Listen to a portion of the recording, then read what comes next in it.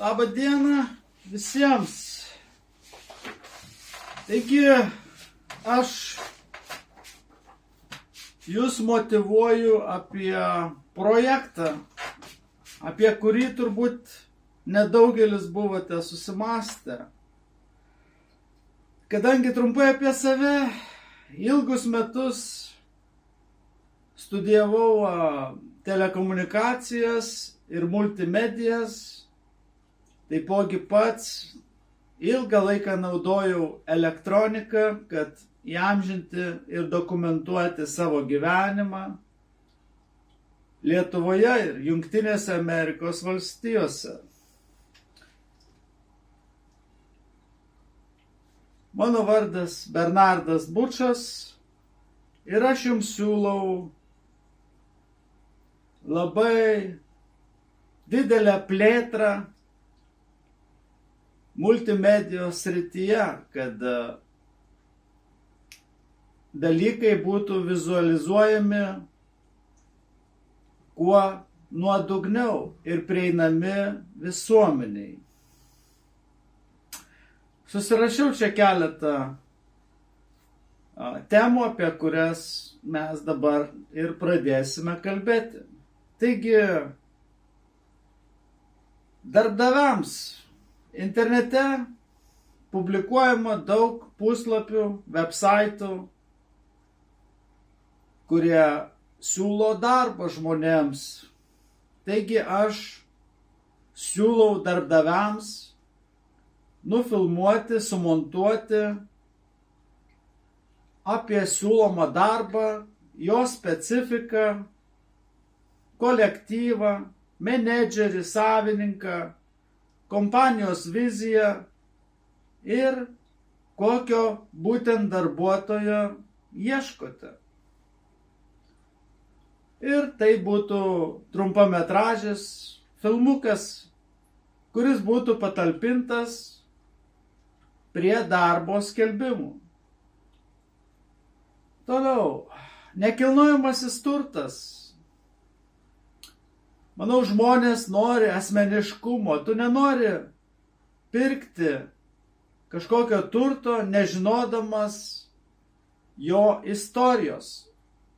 Tai pavyzdžiui, nekilnojamo turto agentas ar netgi ir pats savininkas galėtų pavaikščioti aplinkui nekilnojamąjį turtą, ar tai butas, namas, sodyba, ar kitos paskirties turtas, komercinis ar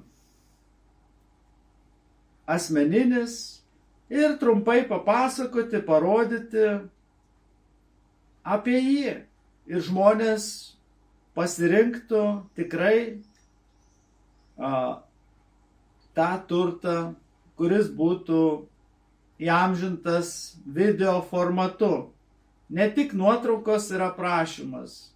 Ir būtų sutaupyta laiko, žmonėms nereikėtų kaskart pamačius tą turtą važiuoti į susitikimus ir žiūrėti patiems. Toliau, transportas ir žemės ūkio technika ar karo technika.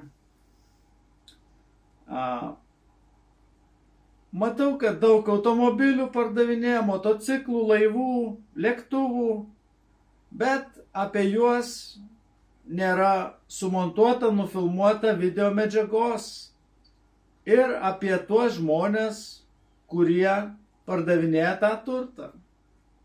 Taigi, norėčiau aš jūs nufilmuoti, kaip jūs vairuojate, ką pasakojate, kaip tai veikia, koks garsas automobilio ar kito transporto, galimybės, kilometražas, variklio tūris. Ir truputėlį jūs papasakoti, kuom gera ta transporto priemonė. Kaip ir žemės ūkio technika, kuriai reikėtų skirti daugiau laiko. Taipogi žmonės teikia tūkstančius paslaugų savo svetainėse. Galima pažiūrėti, kad ir grožio paslaugos, masažai, depiliacija ar kad ir grožis. Ir aš beieškodamas paslaugų asmeniškai norėčiau matyti video, kalbant, pristatant savo paslaugas, tą paslaugos davėją, kuris suteikia paslaugas. Kuom gera ta paslauga, ką daro grožiui ar sveikatai ir ne tik. Kitas labai svarbus ir įdomus subjektas, kad žmonės kurtų savo video CV, darbo, tą gyvenimo aprašymą, darbo ieškantys žmonės, kurie ieško darbo, kadangi darbdavys norėtų matyti trumpametražį filmuką ar sukurtą dokumentinį apie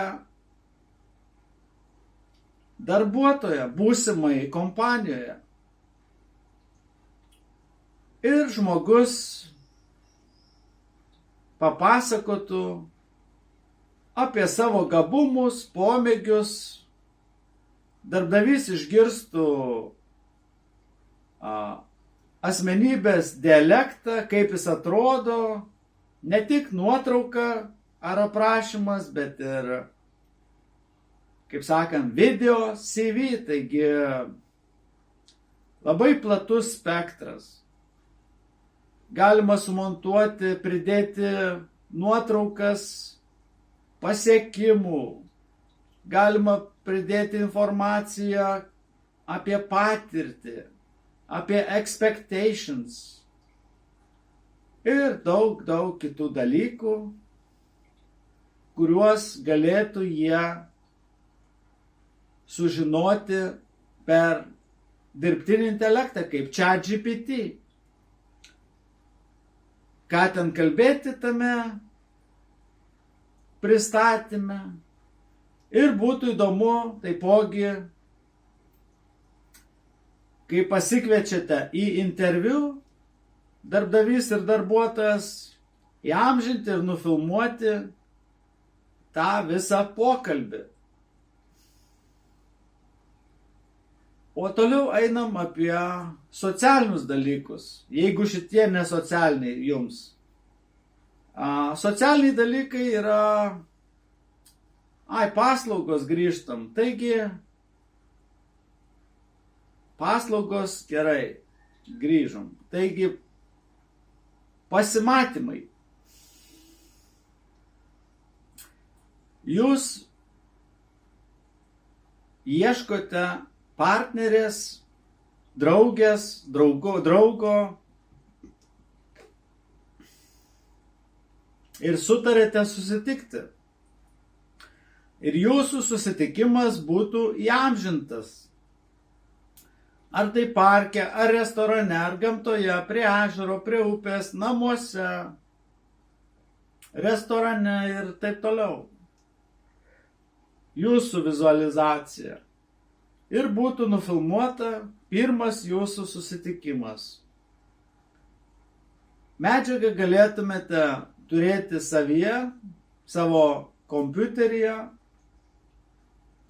arba ją toliau karpyti ir montuoti, pridėti muzikos, efektų, širdelių, subtitrų ir taip toliau.